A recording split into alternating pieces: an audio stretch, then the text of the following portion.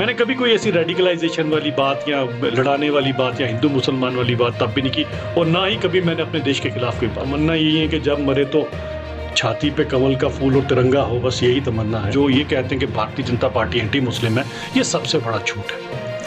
क्योंकि जिन लोगों ने झूठ फैला रखा है, छज्जर कमेटी की रिपोर्ट तो उन्हीं के समय आई थी। टू नेशन थ्योरी तो नेहरू जी की इम्प्लीमेंट है। लोग अंग्रेज कहते हैं, मैं तो कहता हूँ नेहरू जी की इम्प्लीमेंट की हुई टू नेशन थ्योरी है। विकसित भारत के अंदर केवल विकसित हिंदू होना चाहिए क्या? विकसित मुसलमान नहीं होना चाहिए, विकसित सिख नहीं, विकसित ईसाई नहीं होना चाहिए। हम सब विकसित होंगे तो विकसित बन जाए। भारतीय जनता पार्टी का मंशूर सेकुलर इंडिया को हिंदू राष्ट्र बनाने का क्या दुनिया तो प्रिपेयर्ड है हमें लेने के लिए। क्या हम प्रिपेयर्ड है? या हम इन्हीं पॉलिटिकल पार्टीज के आने से, हिंदू मुसलमान के आने से चीजों को देखेंगे? सोचना आज कश्मीर के लोगों को बड़े गंभीर तौर से, क्योंकि मैंने पहली बार देखा है कि पूरा कश्मीर खड़ा हुआ टेररिज्म के अगेंस्ट। आज आप सबको सोचना पड़ेगा और बड़ा सीरियसली सोचना पड़ेगा कि ये हमला है किस पर। कि tourism is a cultural invasion. Word देखो क्या यूज किया है, टूरिज्म को कल्चरल इन्वेजन के साथ वही रेडिकलाइजेशन की तरफ। क्या हमारा कश्मीर रेडिकलाइज्ड है? Cultural invasion. And what about this virtual invasion now? लफ्ज जो है ना, इनका हेर फेर बड़ा खतरनाक है। ये लफ्जों का ही हेर फेर है कि 1.5 लाख आज कब्रें यहाँ पर बनी हैं। उसका भी आपको पता है आदिल का। दम चाहिए किसी टेररिस्ट के हाथ से बंदूक पकड़ना, वो तो सेफ था, उसे तो किसी ने कुछ नहीं कहना था, क्यों पकड़ा? वो है वही मकबूल शेरवानी की मुझे याद आ गई। आज मुझे उस आदिल में और मकबूल शेरवानी में कोई फर्क नजर नहीं आता। एशियन मेल पॉडकास्ट देखने और सुनने वालों को रशीद राहिल का प्यार भरा सलाम। आज के पॉडकास्ट में हमने दावत दी है बीजेपी के लीडर, पॉलिसी साज और जम्मू कश्मीर के तर्जमान जनाब अभिजीत जसरोटिया से। जसरोटिया साहब, एशियन मेल पॉडकास्ट में आपका बहुत बहुत खैर मकदम।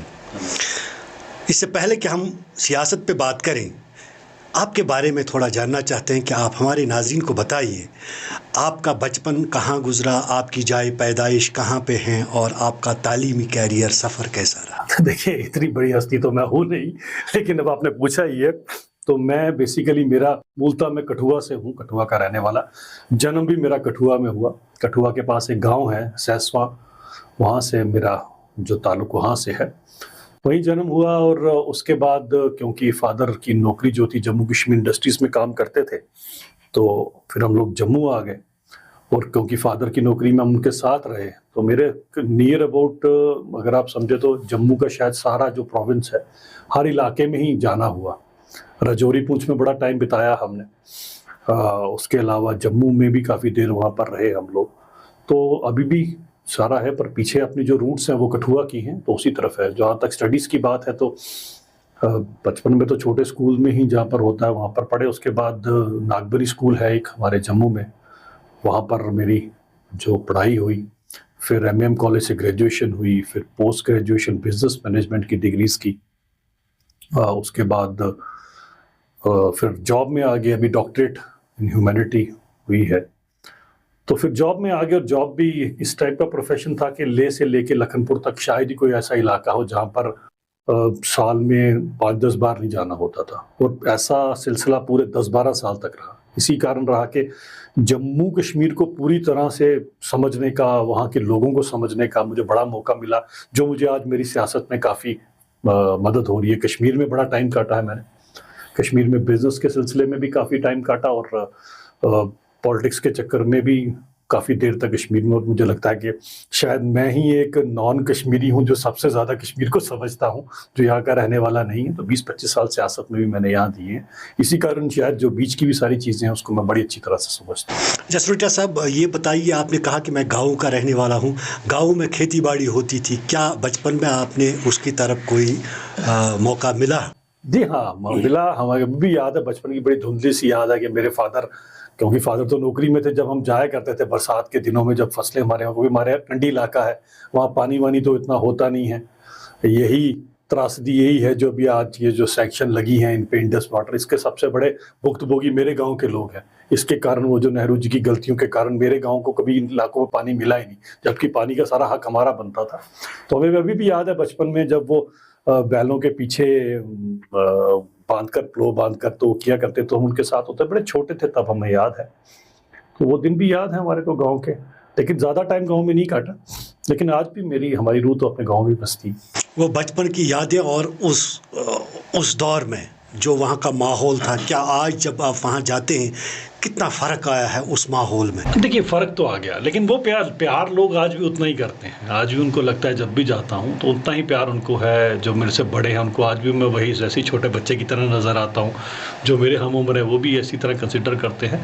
लेकिन बदल गया, गाँव भी बदल गया पहले से। वो वाली चीज़ें, पुरानी चीज़ें, वो मिट्टी की खुशबू, वो चीज़ें अब वो नहीं पाई जाती। वहाँ पर भी नियर अबाउट मॉडर्नाइजेशन हो चुकी है।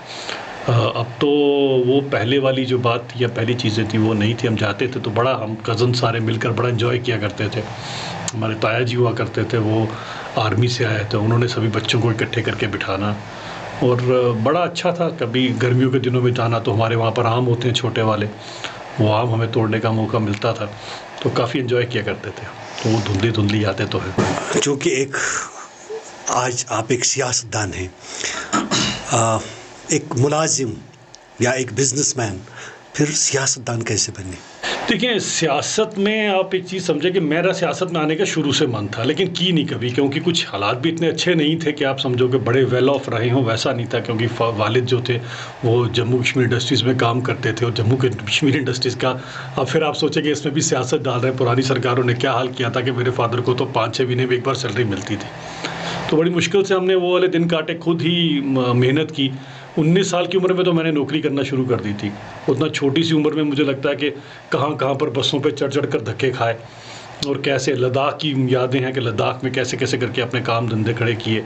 बड़ी मेहनत की ज़िंदगी में। पहले 10-12 साल मैंने अपनी मेहनत इसलिए की कि कहीं कल तक को जब मैं सियासत में आऊँ तो मुझे कहीं सियासत से अपनी रोज़ी रोटी ना चलाना पड़े। मेरा मानना है कि सियासत बड़े सबब का काम है, ये पूजा है, इबादत है। इसमें जब इंसान आए तो लोगों की खिदमत खलक के लिए इंसान को आना चाहिए। इसलिए मैंने 10-12 साल में अपने बिज़नेस वहाँ तक कर लिए ताकि मेरी रोज़ी रोटी चलती रहे, मुझे कम से कम ऐसा काम ना करना पड़े। क्योंकि जब हम इसी इंटेंशन के साथ सियासत में आएंगे तभी तो वो काम कर पाएंगे। वरना अगर मेरे खुद की अगर मफाद रहेंगे, खुद अगर मेरा कुछ सोच रहेगी वैसी, तो मुझे लगता है शायद जिसके लिए सियासत है वो मैं नहीं कर पाता। तो पहले मैंने अपने आप को 10-12 साल, नियर अबाउट 15-18 साल मैंने लगाया जी अपने आप को इस्टेब्लिश करते। अब भगवान की कृपा से वो काम चल रहे हैं ऑटो मोड पे। कभी कभी मेरी ज़रूरत पड़ती है, आज भी मैं मेहनत करता हूँ उसके ऊपर, लेकिन रोज़ी रोटी वहीं से ही आज भी चल रही है। आपको लग रहा है कि आज के सियासतदान ज़्यादातर बिजनेसमैन हैं और वो ज़्यादातर सियासत को तिजारत की नज़र से देखते हैं? मैं किसी के ऊपर टिप्पणी नहीं करना चाहता हूँ, लेकिन हाँ ऐसे लोगों की एग्जाम्पल ज़रूर नज़र आएगी कि जिनके कोई ख़ानदानी बिजनेस नहीं थे, कुछ ऐसा नहीं था, जिन्होंने अगर डॉक्टर थे तो कोई प्रैक्टिस नहीं की, लेकिन आज इतना कुछ उनके पास कहाँ से आया है अब ये तो वही बता सकते हैं।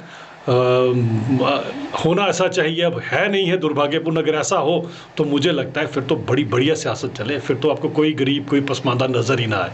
अगर हम सब इस सोच के साथ चलें तो फिर तो आपको लगता नहीं मुझे कोई भी आपको इंसान यहाँ पर किसी भी प्रॉब्लम में सफ़र करता नज़र आएगा। क्योंकि जमहूरियत जिसके ऊपर हमारा जो हिंदुस्तान है दुनिया की सबसे बड़ी जमहूरियत है, और इस जमहूरियत का इतना प्यारा मॉडल है कि जहाँ पर इंसान कोई भी कल तक को कोई गरीब पसमानदा कोई भी उठकर जो है इस देश का प्रधानमंत्री बन सकता है।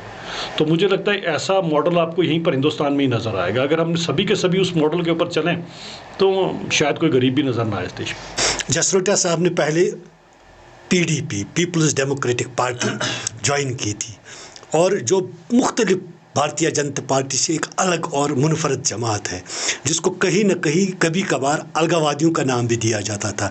क्या जसरोटिया साहब की ये पॉलिटिकल कमजोरी थी कि पॉलिटिकल नज़रिया की कमी थी कि वो पार्टी ज्वाइन की? पॉलिटिकल ब्लंडर तो नहीं बोला कम से कम आपने। नहीं ऐसा नहीं है, अब कहीं ना कहीं से तो शुरुआत करनी थी कि तब तो काफ़ी पुरानी बात हो गई। तो मुझे लगता है 9 साल हो गए, 9 से भी शायद ज़्यादा साल हो गए। हाँ अभी तक लोग भूलते नहीं हैं उन चीज़ों को। मैंने वहाँ पर भी बड़े हॉनेस्टी से, बड़ी सिंसेरिटी से अपना काम किया। वहाँ पर भी मैं तकरीबन सभी नेशनल चैनल संभाला करता था। तब भी अगर आप मेरे को सभी को, अगर आप मेरी पुरानी कभी इतने साल शायद अवेलेबल होंगी यूट्यूब पे, मैंने कभी कोई ऐसी रेडिकलाइजेशन वाली बात या लड़ाने वाली बात या हिंदू मुसलमान वाली बात तब भी नहीं की, और ना ही कभी मैंने अपने देश के खिलाफ कोई बात की, चाहे मैं जिस मर्जी आइडियोलॉजी के साथ या किसी के साथ रहा होऊंगा। मेरे लिए आज भी ये मानना है कि देश सबसे ऊपर होता है, उसके बाद पार्टी, और लास्ट में फिर अपना आप या अपना धर्म आता है। मैं तो हमेशा उस आइडियोलॉजी पे यकीन करता रहा। वहाँ भी बड़ी सिंसियरिटी से, ज़्यादा नहीं 3-4 साल ही उनके साथ रहे, लेकिन उसके बाद मुझे लगता है घर वापसी ज़रूरी थी, और एक ऐसी पार्टी की ज़रूरत थी जो देश को आगे लेकर चलती, हमारे जम्मू कश्मीर को आगे लेकर चलती, और विचारधारा भी मेरी वैसी थी। तो उसी विचारधारा के चलते हुए 8-9 साल पहले मैंने जब भारतीय जनता पार्टी का दामन थामा और उसके बाद मैंने आपके सामने ही सब कुछ, और शायद बड़े चंद लोगों में से होगा, लोग तो अपने वक्तन फवक्तन बयान बदलते रहते हैं। मैंने तो नियर अबाउट 30-40 चैनल्स पे भी कहा हुआ है, अब तो जीना मरना यही है और तमन्ना यही है कि जब मरे तो छाती पे कमल का फूल और तिरंगा हो, बस यही तमन्ना है। देखते हैं कब तक और कहाँ तक चलता है सब कुछ। भारतीय जनता पार्टी के बारे में जो अपोजिशन जमातें हैं या जम्मू कश्मीर की सियासी पार्टियां हैं, कहते हैं कि ये एक ऐसी तंजीम है जो मज़हब की बुनियाद पर सियासत करते हैं, और कांग्रेस का भी यही मानना है। तो इस पार्टी के साथ अभिजीत जसरोटिया के साथ क्या इंसाफ हो रहा है? क्या वाकई ये सच है या ये कहने की बातें? ये दुनिया का सबसे बड़ा झूठ अगर कोई है तो ये झूठ है। अगर आप भारतीय जनता पार्टी को अगर आप जानते हो और भारतीय जनता पार्टी को आप पर्टिकुलरली अगर मज़हब के साथ जोड़ के बैठेंगे तो मुझे लगता है गलत है। और ख़ासकर जिन आप थोड़े दबे आवाज़ में बात कर रहे हैं, मैं तो बुलंद आवाज़ में बोलना चाहता हूँ, ख़ासकर जो ये कहते हैं कि Bharatiya Janata party anti Muslim है, ये सबसे बड़ा झूठ है। क्योंकि जिन लोगों ने ये झूठ फैला रखा है, छज्जर कमेटी की रिपोर्ट तो उन्हीं के समय आई थी। और मैं तो बार बार एक चीज़ कहता हूँ उन लोगों के, ये जो पॉलिटिकल पार्टी जो चंद लीडर जो मुसलमानों के खैरख्वाह बनते हैं, 4-5 साल के लिए इनको अपने हाल पे छोड़ दीजिए या भारतीय जनता पार्टी के हाल पे छोड़ दीजिए। आप देख लीजिएगा कहाँ से कहाँ पहुँचेंगे। आज भी 85% मुस्लिम पसमानदा है, इन्हीं पॉलिटिकल पार्टीज़ की वजह से हैं, जिन्होंने इतने कसीदे पढ़े, जो खैरख्वाह बनकर बैठे थे। इन्होंने दिया क्या आज तक? कितनी रिप्रेजेंटेशन है गवर्नमेंट जॉब के अंदर, कितनी रिप्रेजेंटेशन है आर्मी में, कितनी रिप्रेजेंटेशन है बाकी जगहों पे? वो चंद 5 से 10% जो एलीट हैं वो इन पसमानदाओं के सबसे बड़े दुश्मन है। फिर कोरिलेट क्या करेंगे? भारतीय जनता पार्टी रेडिकलाइज करती है। मुझे बताएं किस तरह से रेडिकलाइज करती है? कोई एक एग्जाम्पल तो ऐसी आएगी? आज से पहले भारतीय जनता पार्टी से पहले ज़रा उठा के देखिएगा कांग्रेस के इतिहास के अंदर या एनडी गठबंधन के इतिहास के अंदर कितने कम्युनल राइट्स हुए हैं, और अभी जो चंद निंदनीय होंगे तो वो भी हुए होंगे, लेकिन इनका भी ज़रा काउंट उठा के देखिएगा। और छज्जर कमेटी की रिपोर्ट के बारे में इनको पूछे, दिक्कत क्या है मैं आपको बताता हूँ। खासकर राशिद साहब, दिक्कत ये है कि ना, खासकर मैं मुस्लिम भाई बहनों से कहता हूँ, आप लोग इनसे सवाल नहीं पूछते, इनसे सवाल पूछने चाहिए कि भाई मेरा हक कहाँ गया। मैं जब इस देश के अंदर पीछे रहा, क्योंकि 2 नेशन थ्योरी तो नेहरू जी की इम्प्लीमेंट है, लोग अंग्रेज़ कहते हैं, मैं तो कहता हूँ नेहरू जी की इम्प्लीमेंट की हुई 2 नेशन थ्योरी है। नेहरू जी को इतनी उत्सुकता थी प्रधानमंत्री बनने की कि जिन्ना ने जब उन्हें कहा कि मुझे बनने दीजिए, क्योंकि मेरे को माइकोबैक्टीरियम ट्यूबरक्लोसिस के कारण, that's the name of the pathogen, अब थोड़ी फार्मा बैकग्राउंड है, टीबी के कारण ग्रसित थे और उनका सर्वाइवल भी 6-7 महीने से ऊपर नहीं था, शायद इतना ही टाइम वो बने हैं। यही थी कि पहले मुझे बनने दीजिए, नेहरू जी कहते थे पहले मैं बनूंगा। आपस में वो कुर्सी की भूख के चक्कर में लाखों लोगों की जो जान चली गई, देश 2-2 देशों के टुकड़े 3-3 टुकड़े हो गए। अब चले जो हो गया, धर्म के नाम पर 1 देश 2 देश बन गए। पीछे कौन बचे? पीछे हम लोग वो बचे जो सेकुलर लोग हैं, जिनके लिए सबसे पहले देश आता है, क्योंकि धर्म पे नाम पे तो हमें बांट चुकी है कांग्रेस पहले से। तो मुझे लगता है ये कांग्रेस की आइडियोलॉजी इस तरह की है कि किस तरह से, और आज भी मैं बड़ा हैरान होता हूँ। मेरी राशिद साहब एक चीज़ है जो मैं कहना चाहता हूँ, खासकर मेरा ये मानना है, वैसे बड़े बड़े पढ़े लिखे मुसलमान हैं हिंदुस्तान के अंदर, लेकिन जम्मू कश्मीर के अंदर बड़े ज़्यादा ऐसे आपको तो बड़े एलीट भी नज़र आएंगे। इन लोगों को ये दायित्व निभाना पड़ेगा, पूरे हिंदुस्तान में खासकर कश्मीर के मुसलमानों को लीड लेना पड़ेगी और उनको बताना पड़ेगा इन सब लोगों को कि देखें हम लोग जो यहाँ पर पीछे हैं, हमें सबको आगे बढ़ना है। और 2047 में मोदी जी का विकसित भारत का संकल्प, आप मुझे बताएं, क्या विकसित भारत के अंदर केवल विकसित हिंदू होना चाहिए? क्या विकसित मुसलमान नहीं होना चाहिए? विकसित सिख नहीं, विकसित ईसाई नहीं होना चाहिए? हम सब विकसित होंगे तो विकसित बन पाएंगे। आप क्या चाहते हैं? बस जैसे कांग्रेस ने हमें विकासशील, डेवलपिंग के मोड में रखा और खुद डेवलप हो गए। हम सबको इन सब चीज़ों से हटना पड़ेगा। आप हालत देख लीजिए, ये जो बगल का मुल्क है, मैं तो कहूँगा इससे बड़ा तो न पता नहीं नाम इसका किसने पाकिस्तान रखे, तो नापाक मुल्क है। आप हालत देख लीजिए वहाँ क्या है। कोई भी अगर आप देखेंगे, जिस देश का ये हाल हो चुका है कि कटोरा लेके भीख मांगता फिरता है, हालत ये हो चुकी है कि उन लोगों ने अपने लोगों को कैसे बरगलाना है, इसीलिए उनके आर्मी चीफ इस तरह के बयान देते हैं। और कोई एक दिन भी हमारे यहाँ से एक दिन भी वहाँ कोई नहीं काट पाएगा। ये तो हमें शुक्रगुजार होना चाहिए भारत की फ़ौज का और मकबूल शेरवानी का, जिसे खैर नेशनल कॉन्फ्रेंस वालों ने भुला दिया, जिसने सबसे पहले वहाँ पर अगर ना डाइवर्ट करते तो आज हमारा भी वही हाल होता जो पाकिस्तान का हाल है। भारतीय जनता पार्टी का मंशूर सेकुलर इंडिया को हिंदू राष्ट्र बनाने का क्या जवाब है? देखिए, हमारे लिए तो ये मानना है कि जिस किसी के लिए भी देश सर्वप्रथम है, उसके लिए तो इन सब चीज़ों में उलझने की ज़रूरत ही नहीं है। हमारा ये मानना है कि सब के सब तरक्की करें। देश जो है वो नंबर 1 देश बनना चाहिए, आर्थिक पावर बननी चाहिए, मिलिट्री पावर बननी चाहिए, यहाँ का हर इंसान खुशहाल रहना चाहिए। और कहीं ना कहीं हम एक रोल मॉडल बनाए पूरी दुनिया के लिए। आज पूरी दुनिया भारत की तरफ देख रही है, इतनी बात आप समझ लीजिए, पूरी दुनिया भारत की तरफ देख रही है और पूरी दुनिया प्रिपेयर्ड है हमारे लिए कि भारत जो हमें आगे की दिशा देगा। क्या हम लोग प्रिपेयर्ड हैं या हम लोग इसी हिंदू मुसलमान इसी सियासत के अंदर उलझे रह जाएंगे? अब मुझे कॉस्करेलो साइकोस शायद ऐसे कुछ क्यूएस करके कंपनी है, लंदन बेस्ड है, जिन्होंने पिछले दिनों एक सर्वे किया कि आने वाले टाइम में सबसे ज़्यादा जॉब रिक्वायरमेंट्स किसकी रहेंगी। कॉस्करेलो Symonds, if I am not wrong, spelling शायद रॉन्ग हो सकता है। उन्होंने जब ये स्टडी निकाली, पूरी वर्ल्ड की स्टडी निकाला, तो स्टडी में उन्होंने निकाला कि आने वाले टाइम में सबसे ज़्यादा रिक्वायरमेंट यूथ को, खासकर युवाओं को जम्मू कश्मीर के कहना चाहता हूँ, आने वाले टाइम में रिक्वायरमेंट किसकी रहेगी? एआई की रिक्वायरमेंट रहेगी, ग्रीन एनर्जी की, डॉक्टर इंजीनियर और ये वकालत से ज़रा बाहर निकल के आप लोग सोचो। और उन्होंने इसके अंदर क्या कहते हैं कि हमारे को पूरी उम्मीद हिंदुस्तान से, because our country is a young country, यहाँ से ये रिक्वायरमेंट पूरी होगी हमारी सारी की सारी। तो पूरी दुनिया तो प्रिपेयर्ड है हमें लेने के लिए। क्या हम प्रिपेयर्ड हैं या हम इन्हीं पॉलिटिकल पार्टीज़ के आने से, हिंदू मुसलमान के आने से चीज़ों को देखेंगे? आगे बढ़े, तरक्की करें, कुछ नहीं रखा इन सब चीज़ों में। ये यहीं की यहीं रह जानी है। इन लोगों ने अपनी खुद की सियासी रोटियां सेकी हैं, तभी तो 1.5 लाख कब्रें यहाँ पर बनी है। किसी ने हिसाब किताब लिया इनसे? ज़रा पूछें इनको। आज फिर से भी मैं अभी बयान सुन रहा था, बोलना नहीं चाहता, लेकिन फिर से वही काम शुरू कर दिया है जी। ये खतरे में, वो खतरे में। अरे कोई खतरे में नहीं, खतरे में वो चंद परिवार हैं जिन्होंने अपनी जेब भरी है और उनमें से कभी 1 रुपया निकाल कर आपको नहीं दिया। तो मुझे लगता है सोचना पड़ेगा हमें। हाल ही में पार्लियामेंट ने एक बिल पास की है जो वक्फ बिल के नाम से, वक्फ अमेंडमेंट बिल के नाम से पास हुई है, और जिसके बारे में अभी तक इल्तिवा में पड़ी है क्योंकि सुप्रीम कोर्ट में उसका केस चल रहा है। क्या ज़रूरत पड़ी भारतीय जनता पार्टी को ये बिल इसमें अमेंडमेंट करने की? देखिए, मैं इस पर बात करने को तो मैं टेक्निकली प्रूव कर दूंगा कि हमसे ज़्यादा ज़रूरत शायद हिंदुस्तान के मुसलमानों को है, क्योंकि 50-55 हज़ार जो केस लगे उसमें से 20-25% केस तो मुसलमान। लेकिन मैं इस पर जाना नहीं चाहता हूँ क्योंकि ये समय उच्चतम न्यायालय के विचाराधीन है, और जो मामला सुप्रीम कोर्ट पे हो उस पर हम लोग बात करें तो वो सुप्रीम कोर्ट का अपमान होता है। लेकिन कभी अगर वैसी बात है कि मैं एक पॉइंट से प्रूव कर दूंगा कि आने वाले समय में इसके बेनिफिट्स क्या होंगे, लेकिन अभी वो समय नहीं आया।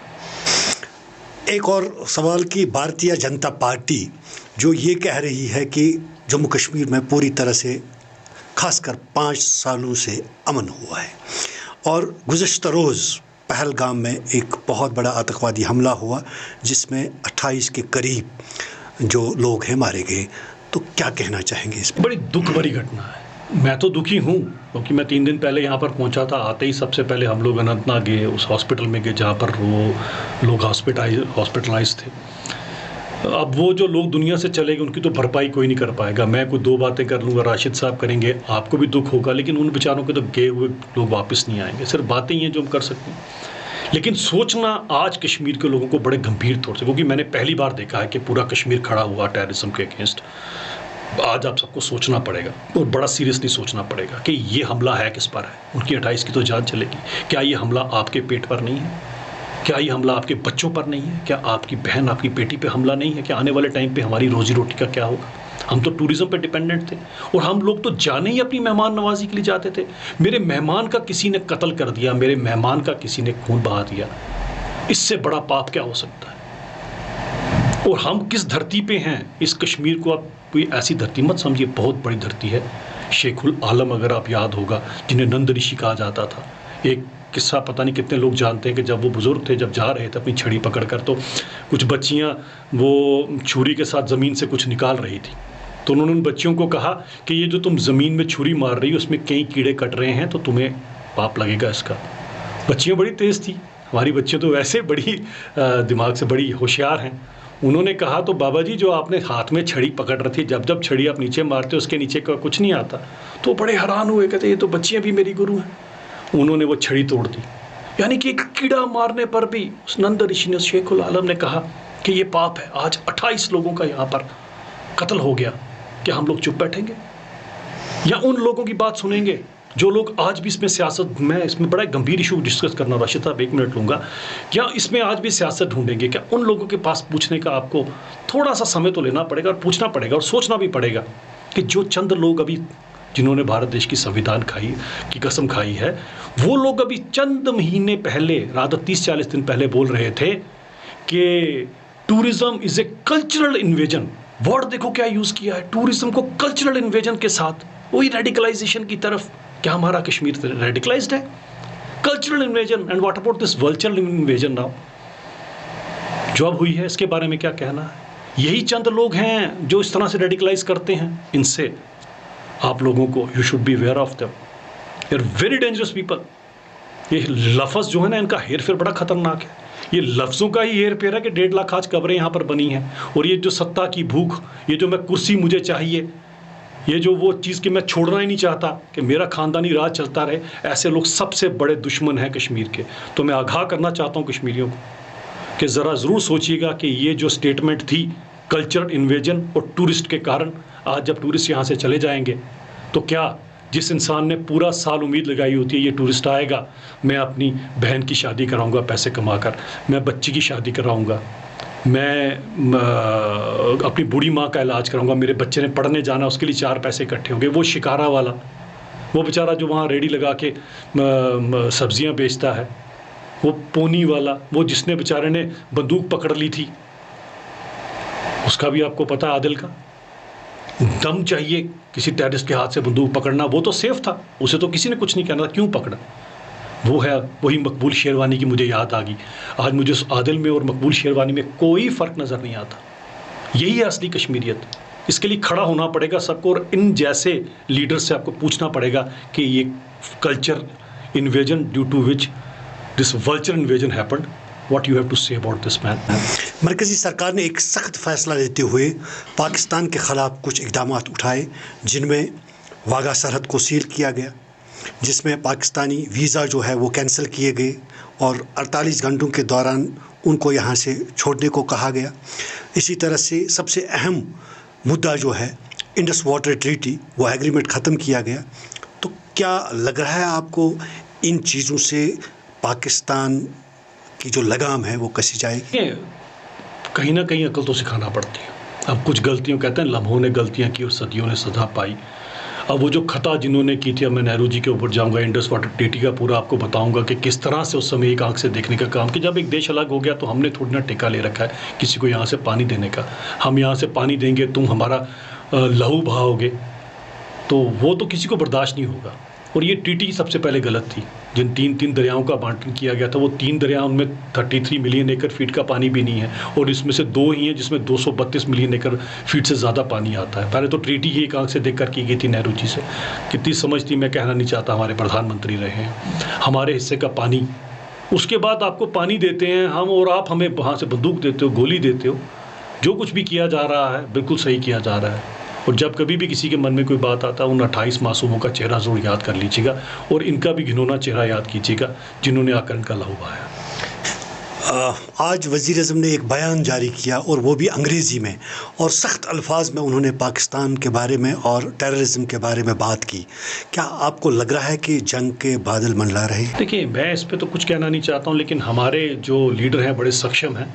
ये वो वाला टाइम नहीं रहा, वो कांग्रेस का समय नहीं था कि हमारे फौजियों के सिर भी काट कर ले जाते थे, तो हमारी फ़ौज को मना कर दिया जाता था कुछ करने से पहले। जो भी डिसीज़न होगा लोगों के हक़ में होगा, लोगों की सेफ्टी में होगा।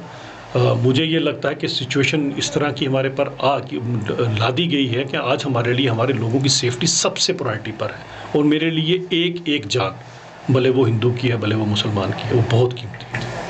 बीजेपी के तर्जमान की हैसियत से एक सवाल आपसे अर्ज़ करना चाहता हूँ। जो वैली में भारतीय जनता पार्टी अभी तक अपना मजबूत और मुअस्सर कैडर बनाने में नाकाम रही, इसकी वजूहत क्या है? नहीं, कैडर हमारा बड़ा मजबूत है, कुछ लोग शायद नहीं समझ पा रहे हैं, शायद हम समझा भी नहीं पा रहे, जहाँ तक मुझे लग रहा है। मतलब एक बड़ी छोटी सी बात आप सब लोग सोचिएगा कि कश्मीर में सबसे ज़्यादा क्या पाया जाता है? कमल के फूल। यानी कि वो अल्लाह मियाँ ने, भगवान ने यहाँ इतने कमल के फूल दिए हैं, तो जिस पार्टी का निशान कमल का फूल है, उस पार्टी से आप कितनी देर दूर रहोगे? एक ना एक दिन ऐसा आएगा राशिद साहब, अब पता नहीं कब आता है। ये तो सोच आप लोगों ने सोचना है, और आप लोगों ने वो पिछले 50-60 साल का इन पार्टियों का भी इतिहास देखना है, और हमारा भी देखना है। आपने ये भी देखना है कि 19 के बाद, 2019 के बाद कितने लोगों के कर्जे ख़त्म हुए, कितने लोगों ने नए होटल बनाए, कितने लोगों की जो थोड़ी पसमानदगी थी वो दूर हुई, कितने लोग आगे बढ़ चढ़ कर। हाँ, 2-4-5% को पीछे छोड़िएगा, जो 87 के भी कसूरवार हैं, 90 के भी कसूरवार हैं, आगे उनको पीछे रहने दीजिएगा। 95% राशिद राहिल साहब, मैं इनकी बड़ी इज़्ज़त करता हूँ। तभी इन जैसे लोग जो सूफिज़म में यकीन रखते हैं, सबसे ज़्यादा ज़ियारतें पूरी दुनिया में सूफिज़म की कहीं पाई जाती है तो कश्मीर में पाई जाती है। और अगर आप सूफिज़म की तरफ देखेंगे तो फिर ये मज़हब का चश्मा रह ही नहीं जाता। और जब आप उसको देखोगे तो मुझे लगता है सूफीज़म के ऊपर अगर सबसे ज़्यादा कोई फॉलो करता है तो भारतीय जनता पार्टी करती है। आप कितना बिलीव कर रहे हैं कि जम्मू कश्मीर में एक दिन कमल का फूल खिलेगा और यहाँ सरकार भारतीय जनता पार्टी की बनेगी? जिन कश्मीर के लोग इरादा कर लेंगे ना तो इन्हें कोई नहीं रोक सकता। जज्बात खामी कश्मीर के लोगों में है कि आपकी लीडरशिप? नहीं, हमारी लीडरशिप में भी हो सकती है। मैं नहीं कहूँगा कि हमारे में भी कुछ चीज़ें कहीं ना कहीं शायद हम भी पीछे रह गए हों, मैं उसमें तो नहीं कहूँगा, कहीं ना कहीं होता, लेकिन हाँ एक्सेप्टेंस है। आज कश्मीरी एक्सेप्ट करना चाहता है। देखिए, कश्मीरियों की एक बात बड़ी अच्छी है कि कश्मीरी हमेशा डायरेक्ट जुड़ना चाहते हैं, चाहे वो केंद्र है या कहीं पर भी है। उनको पता है कि हम अब डायरेक्टली अपनी बात करें, मैं क्यों बीच में कोई अपना सो कॉल्ड गवाह या बीच में बिचौलिया क्यों रखूं। यहाँ बिचौलिए पार्टियाँ बड़ी हैं, जोड़ेंगे एंड में आपको भी वहीं पर, लेकिन बीच में अपनी वो पत्ती काटेंगे। तो मैं आप सबसे रिक्वेस्ट करता हूँ, ये बीच वाली जितनी पार्टीज़ हैं इनको छोड़ के डायरेक्ट जुड़ें, डायरेक्ट बीजेपी के साथ जुड़ें। बीजेपी अगर मेरे कहने पर, मैं भी खुद बड़ा पूजा पाठी आदमी हूँ, मेरे कहने पर जिस दिन डायरेक्टली आपने बीजेपी को चुन लिया, कश्मीर में बदल जाएगा कश्मीर। अभी जो नई हुकूमत बनी है उमर अब्दुल्ला की सरबराही में, और यूनियन टेरिटरी है, कुछ हिस्सा गवर्नर के पास है और कुछ हिस्सा वज़ीर आला के पास है, और बीच में इन दो चक्की के पार्टों में अवाम पिस रही है और लोगों के मसाइल वहीं के वहीं रह जाते हैं। क्या कहना चाहेंगे as a leader of Bharatiya Janata? इनके लिए तो वही है, bad work man quarrels with his tools. 60-70 साल तो इन्हीं के पास हुकूमत थी, तब इन्होंने कौन सी जेलम में दूध की नदियां बहा दी? लहू ज़रूर बहा, जेलम में दूध की नदियां नहीं बही। 60-70 साल आंखें मूंद कर भारतीय जनता पार्टी ने तो बहुत कुछ दिया, लेकिन केंद्र की सरकारों ने बहुत पैसा दिया। अगर कश्मीर के लोग इनसे हिसाब किताब करेंगे, एक एक परिवार, एक एक कुंबे के खाते में अगर 1 करोड़ रुपया ना निकले, इनसे लेने वाला मेरा नाम बदल दीजिएगा। पहुंचा ही नहीं आप तक। 2014 के सैलाब में पहली बार तो सेंटर का फंड दिखा था, क्योंकि मोदी जी आ गए थे वहाँ पर। बड़े लोग हैरान हुए कि केंद्र भी पैसा देता है, वो पैसा गया कहाँ? हिसाब किताब नहीं ना, थोड़ा सा मुझे लगता है हिसाब किताब में कमज़ोर है हमारे लोग। जिस दिन इनसे राशिद साहब हिसाब किताब लेंगे ना, एक एक परिवार के खाते में इनके पास पड़े हैं वो सारे के सारे, क्योंकि यहाँ पर तो पैसा लगा ही नहीं कभी। आप जम्मू कश्मीर के वासी हैं, क्या आप चाहते हैं कि जम्मू कश्मीर को एक रियासत का दर्जा वापस मिलना चाहिए? ज़रूर मिलना चाहिए जनाब, मैं तो कब कहता हूँ नहीं मिलना चाहिए, और इसके लिए माननीय गृह मंत्री जी ने भी कहा है, सबने कहा, लेकिन सबसे पहले हालात भी तो वैसे होने चाहिए। जिन लोगों ने 87 के बाद ये हालत की, जिन लोगों के कारण ये सब कुछ हुआ है, उन लोगों को तो कम से कम हक नहीं है। हाँ, भारतीय जनता पार्टी एक दिन ज़रूर यहाँ पर स्टेटहुड लाएगी, ये बात याद रखिएगा। अभिजीत जसरोटिया किस शायर, अदीब, राइटर से आज तक मुतासिर हुए? देखिए, मैं तो सभी से ही बड़ा उन पे रहता हूँ। मैंने कोई इतना, मुझे शेर व शायरी का वो तो नहीं है, लेकिन मेरा ये मानना है, मैं शेर व शायरी से ज़्यादा मुझे सूफिज़म ने काफ़ी अपील किया। और मैं क्योंकि खुद शिव शंभू मेरे इष्ट हैं, मैं जब भी करता हूँ तो मुझे तो सभी के सभी एक ही जैसे दिखते हैं। और एक कोट है जो पता नहीं, मुझे पूरी तरह से भी याद नहीं आ रहा, लेकिन ईश्वर अल्लाह नूर उपाया, कुदरत दे सब बंदे, एक नूर से सब जग उपजा, कौन भले कौन मंदे। जी, गुरु नानक जी का है, इसमें कोई दौराय नहीं है कि सब एक ही है। मुझे ये बताइए कि किस सियासी लीडर की वजह से आप सियासत में आए? मैं खास, जब मैंने पार्टी भी दूसरी पार्टी से यहाँ आया था, तो मैं आज भी कहना चाहता हूँ, लोगों को लगेगा शायद सभी के हुए, लेकिन मेरे लिए मोदी जी, और मोदी जी के बाद अगर आज मैं सही में अगर किसी का, उनके बाद अगर बोलो उसके बाद नंबर 2 पे किसका, तो मुझे अमित शाह साहब का, क्योंकि एक दृढ़ संकल्प वाला, दृढ़ निश्चय वाला आदमी है, जिसे पता है कि मैंने क्या करना है। वरना कोई हाल था, अगर आपको याद होगा, गृह मंत्री का ये हाल हुआ करता था कि कांग्रेस के सुशील कुमार शिंदे जी जब यहाँ पर आए तो उनको कहा गया जाएं लाल चौक के अंदर फ़ोटो शोटो खिंचवाएं। उन्होंने खुद कहा, थोड़े दिन पहले एक किसी लोगों को मुखातिब कर रहे थे वो, उन्होंने कहा जब मुझे कहा गया वहाँ जाओ, थोड़ा लाल चौक पे फ़ोटो वोटो खिंचाओ, पता लगे कांग्रेस का गृह मंत्री यहाँ पर है, बहुत बड़ी न्यूज़ बनेगी, खुद कहा उन्होंने। और उन्होंने एक लफ्ज़ यूज़ किया कि मेरी उस समय, अब वो लफ्ज़ मैं चैनल पे नहीं यूज़ कर रहा, लेकिन हमारा गृह मंत्री अमित शाह साहब ऐसा है जिसके कारण टेररिस्टों का वो हाल होता है जो किसी कुछ समय पे बेचारे यहाँ शिंदे साहब का डर के कारण हो रहा था। आप इत्मीनान रखिए, ये गृह मंत्री है जो हमें बचा कर रखेगा इन सब चीज़ों से, और उसे बड़ी अच्छी तरह से आता है किसको किस तरह से सही करना है, क्योंकि देश को हमने आगे लेकर जाना है। 2047 में विकसित भारत के अंदर विकसित मुसलमान भी होना चाहिए, विकसित हिंदू भी होना चाहिए, विकसित सिख भी होना चाहिए, विकसित ईसाई भी होना चाहिए, तभी ये विकसित भारत हो सकता है। आखिर में आपका क्या पैगाम जम्मू कश्मीर के युवा के लिए खास कर रहेगा एज ए युवा लीडर? मैं युवाओं को एक ही बात कहना चाहता हूँ कि थोड़ा सा सिचुएशन के अकॉर्डिंग ये स्टडी किया करो कि आज से 10 देखिए अभी तो आप पढ़ रहे हैं ना, चाहे आप 10th में पढ़ रहे हैं, 12th में पढ़ रहे हैं, कॉलेज में, आज से 5-10 साल बाद वर्ल्ड में रिक्वायरमेंट किस चीज़ की रहनी है, उस तरफ ज़रा फोकस करें। जैसे मैंने अभी आपसे AI की बात की, ग्रीन एनर्जी की बात की। आज आप पढ़ना शुरू करोगे, मुझे सभी डॉक्टर मत बने भाई साहब, इतने डॉक्टर हो गए, अब डॉक्टर चाहिए भी नहीं, मतलब चाहिए डॉक्टर, मैं ये नहीं सोचे कि नहीं चाहिए, लेकिन कितने डॉक्टर बनेंगे, कितने इंजीनियर बनेंगे, कितने लॉयर बनेंगे, कुछ नया तो सोचिए, जॉब ओरिएंटेड होना चाहिए ना। इतनी बड़ी बड़ी डिग्रीज करके कई बेचारे डॉक्टर हैं जो घर पर बैठे हुए हैं। वर्ल्ड को किस चीज़ की रिक्वायरमेंट है, और मेरे को मानना है कि यहाँ पर कश्मीर में बहुत ब्रेन है, हमारे जम्मू के भी लड़के बड़े ब्रेनी हैं। आप लोगों को पूरी वर्ल्ड की रिक्वायरमेंट को पूरा करना है। और एक अपील मैं करूँगा कि नशे से दूर रहें। ये नशा एक इतनी खतरनाक चीज़ है, करवाता थोड़े से शुरू है, उसके बाद पूरा घर ख़त्म हो जाता है। पहली बार का मज़ा ज़रूर आता है, लेकिन उसके बाद की सज़ा, और फिर उसके बाद जो दरवाज़ा खुलता है ना, वो यहाँ कब्र का, यहाँ शमशान का है, और दूसरा कोई रास्ता नहीं होता। नशे से बचें, पढ़ाई करें, अच्छे से पढ़ाई करें, देश को आगे लेकर जाए। पूरी दुनिया को आपकी ज़रूरत है, और मैं ये चाहता हूँ वो ज़रूरत हमारे जम्मू कश्मीर से सबसे ज़्यादा पूरी हो। युवाओं को कुछ नया सोचना होगा। ये थे अभिजीत जसरोटिया, भारतीय जनता पार्टी के स्पोक्स पर्सन। नाज़रीन, मुझे उम्मीद है आपको हमारा ये पॉडकास्ट ज़रूर पसंद आया होगा। अपनी कमेंट बॉक्स में ज़रूर लिखिए। अगले प्रोग्राम में किसी और शख्सियत को आपके साथ रूबरू कराएंगे। तब तक के लिए दीजिए अपने मेज़बान रशीद राहिल को इजाज़त। आपका भी बहुत बहुत शुक्रिया।